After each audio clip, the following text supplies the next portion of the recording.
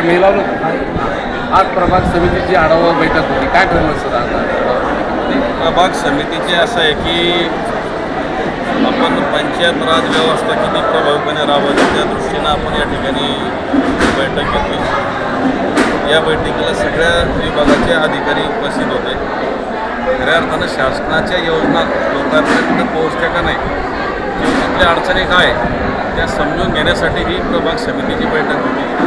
साधारण आपण प्रभाग समितीची बैठक ही 3 महिन्याला घेतली पाहिजे असा नियम आहे. 73वी घटना दुरुस्ती ज्यावेळेस लागू झाली त्यावेळेसपासून या प्रभाग समितीच्या बैठका घ्या अशी तरतूद आहे. बरं सर, तुम्ही ज्या निवडणुकीमध्ये आश्वासन दिले होते आतापर्यंत त्याची किती पूर्तता झाली? आता काय आम्हाला 3 महिने झाले.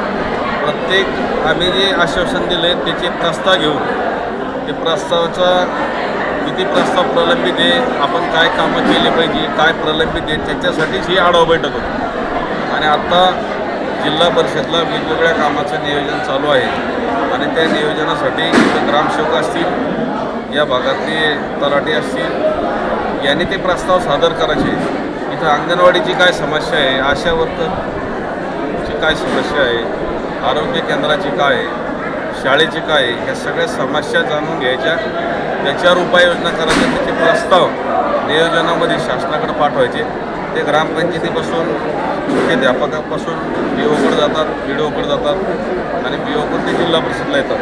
मग ते सिंचनचे असतील सिंचनमार्फत विभागामार्फत, बांधकाम असतील बांधकाम विभागामार्फत, अंगणवाडी बालवाडीचे असतील ते महिला विकास मार्फत, बालकल्याण समितीमार्फत, शिक्षणाचे असतील शिक्षण समितीमार्फत, हे वेगवेगळ्या विभागाचे जे प्रस्ताव आहे, सार्वजनिक बांधकाम असेल, जिल्हा परिषद बांधकाम असेल, जिल्हा परिषद शिक्षण असेल, जिल्हा परिषद पाणी पुरवठा योजनेतला असेल आणि MSEBीचा सुद्धा जे काय प्रश्न असतील कोण्या वाड्या वस्तीला जोडायचे ते काय प्रश्न प्रलंबित असेल हे सगळ्याचा या ठिकाणी आढावा घेतला.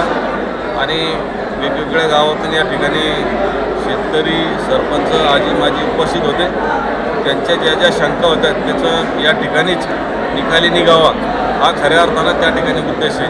म्हणून ही आढावा बैठक घेतली. जनतेला सर्कलमध्ये जनता दरबार म्हणून ही आढावा बैठक होती. आणि आढावा बैठकीमधून जे जे प्रश्न आले येणाऱ्या 3 महिन्याच्या बैठकीपर्यंत हे सगळे प्रश्न मार्गी लावायचे. या दृष्टीनं ही योजना, शासनाच्या योजना गतिमान करण्यासाठी, अधिक प्रभावीपणे राबवण्यासाठी ही बैठक आयोजित करते. निश्चितपणाने या बैठकीचा चांगला मेसेज लोकांमध्ये जाईल आणि लोकांच्या योजना राबवण्याला या ठिकाणी मदत होईल.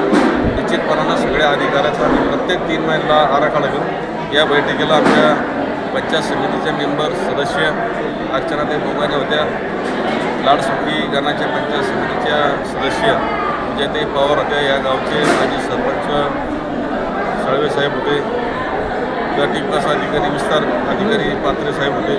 सगळ्या विभागाचे या ठिकाणी अधिकारी उपस्थित होते. माजी पंचायत समिती सभापती सरसाताई वाघ त्या पण उपस्थित होत्या. राहुल भाऊ वाघ होते, शंकर भाऊ बोगाने होते, नवनाथ भाऊ होते. अनेक वेगवेगळ्या गावातून या ठिकाणी आमच्यासोबत असलेले माजी सरपंच आत्माराम असतील. या सगळ्या योजना प्रभावी राबवण्यासाठी या ठिकाणी बैठक घेतली.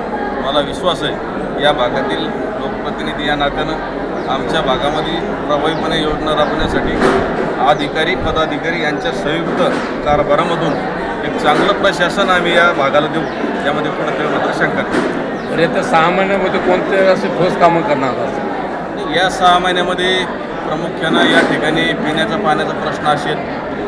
ज्या विहिरी आहेत तिथं कुठं पाईपलाईन आहेत तर कुठं विहीर आहे तर लाईट नाही आहे. अनेक शाळेची या ठिकाणी दुरावस्था आहेत. त्या शाळेचे प्रस्ताव मागवण्यात आले. अंगणवाडी असेल, बालवाडी असेल, प्राथमिक शाळा असतील, तिथले शिक्षक असतील, आरोग्य केंद्राची बी अनेक ठिकाणची भागामध्ये गैरसोय आहे. या सगळ्या विषयावर या ठिकाणी संयुक्त चर्चा झाली आणि एक चांगला मॅसेज, चांगली कामं या ठिकाणी गतिमान प्रशासन करण्यासाठी ही बैठक आयोजित केली होती. आणि याचा फायदा, ही बैठक आम्ही सुरुवात या ठिकाणी केली मला वाटतं PV नरसिंहराव पंतप्रधान असताना 97 घटनादुरुस्ती 75वी घटनादुरुस्ती लागू झाली आणि तिचं खऱ्या अर्थानं इम्प्लिमेंट आम्ही आज चौक्या या सर्कलमधून करतो. त्या योजनेचं तेव्हाचं इम्प्लिमेंट आता करताय? आत्ता करतोय. आतापर्यंत कोणा घेतली नाही. जिल्ह्यातली पहिली अमेंडमेंट करून ठेवलं होतं मग सरकारने. प्रतिनिधी काय मी काय सांगितलं की अनेक ठिकाणी या ठिकाणी प्रशिक्षण होत आहे. पंचायत समिती सदस्य असतील, जिल्हा परिषद असतील, ग्रामपंचायत असतील, लोक प्रशिक्षणाकडे दुर्लक्ष करतात. त्याच्यामुळे योजना राबवायची माहिती अपुरी असतात. मी एकाच विनंती करतो की सगळे लोकप्रतिनिधी असतील त्यांनी निश्चितपणानं शासनानं ज्या वेळेस प्रशिक्षणाला बोलवलं त्या ठिकाणी प्रशिक्षण घेऊन आपल्या योजना प्रभावीपणे राबवाव्या हीच या निमित्तानं आपल्याला विनंती करतो. धन्यवाद. सर नाव जिल्हा परिषद छत्रपती संभाजी.